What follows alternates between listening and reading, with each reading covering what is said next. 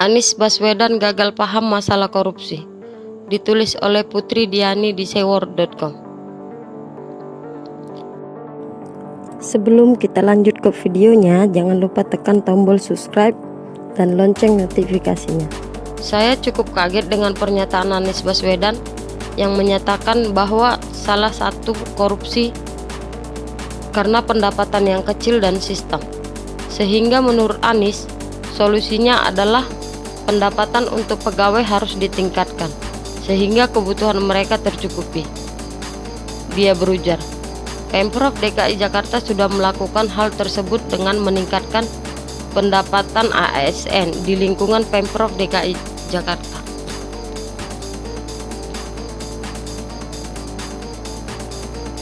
Pernyataan tersebut seakan ingin mengatakan bawahannya yang tersandung kasus korupsi dan tentunya membuat nama baik Pemprov DKI Jakarta rusak. Sebab Direktur Utama nonaktif Perumda Pembangunan Sarana Jaya Yoris C. Pinantoan tersandung kasus korupsi.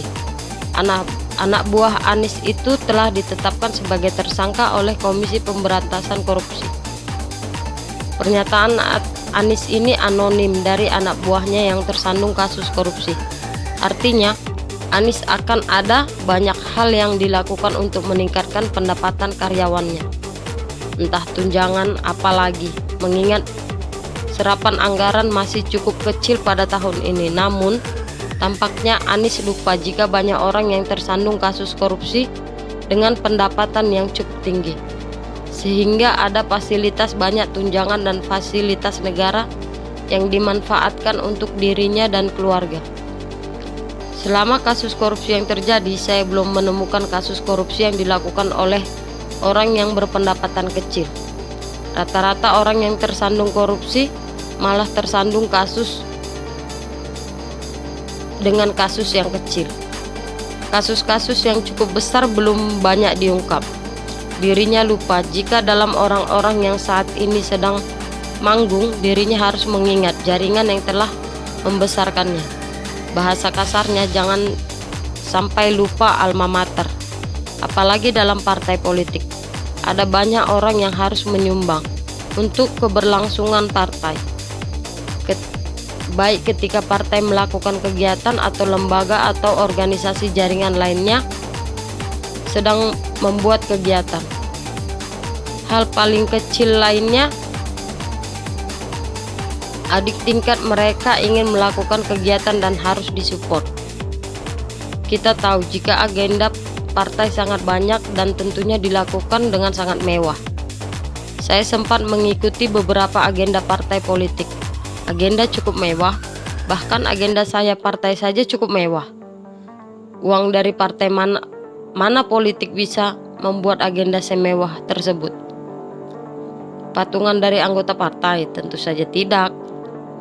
Hal ini pula yang dilakukan oleh Anies nampaknya. Beberapa waktu lalu Anies didemo oleh HMI yang tidak lain adalah adik tingkat Anies. Sepertinya Anies kurang memberikan ongkos kepada adik-adik HMI ini. Sampai akhirnya mereka harus mendemo Anies. Beberapa orang karyawan Anies pun menelpon adik HMI sebagai ucapan diam dan tidak usah merecoki kegiatan Anies di DKI Jakarta.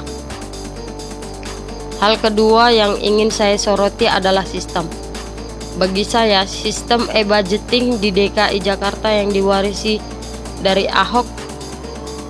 Bahkan belum lama ini Wakil Ketua KPK Laude Muhammad Syarif menyatakan sistem e-budgeting yang telah diterapkan Pemprov DKI Jakarta merupakan yang terbaik.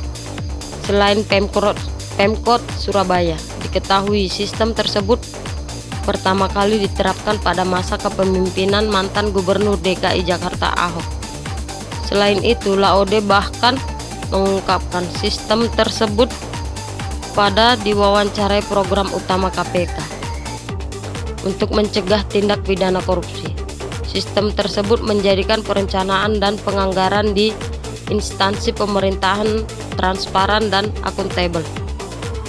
Penerapan sistem e-budgeting diharapkan dapat meningkatkan kontrol terhadap pelaksanaan anggaran Sistem e-budgeting DKI Jakarta diterapkan mulai dari perencanaan, penganggaran hingga pengecekan harga.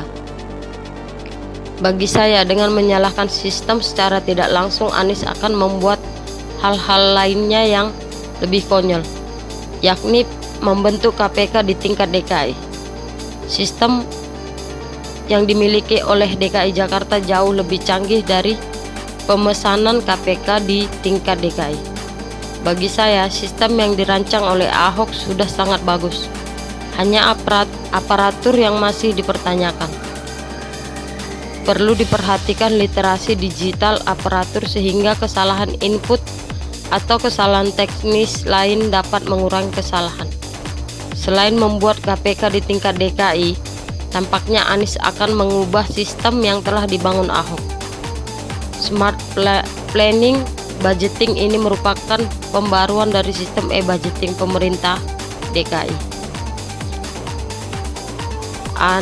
Anies replace sistem e-budgeting setelah ramai isu anggaran lem e-bond dan lainnya dalam APBD 2020 nampaknya. Kontroversi lem e-bond tahun lalu menjadi kesempatan untuk Anies meninggalkan sistem yang Ahok turunkan ke dia. Menurut Anda, silakan tulis komentar Anda di kolom komentar.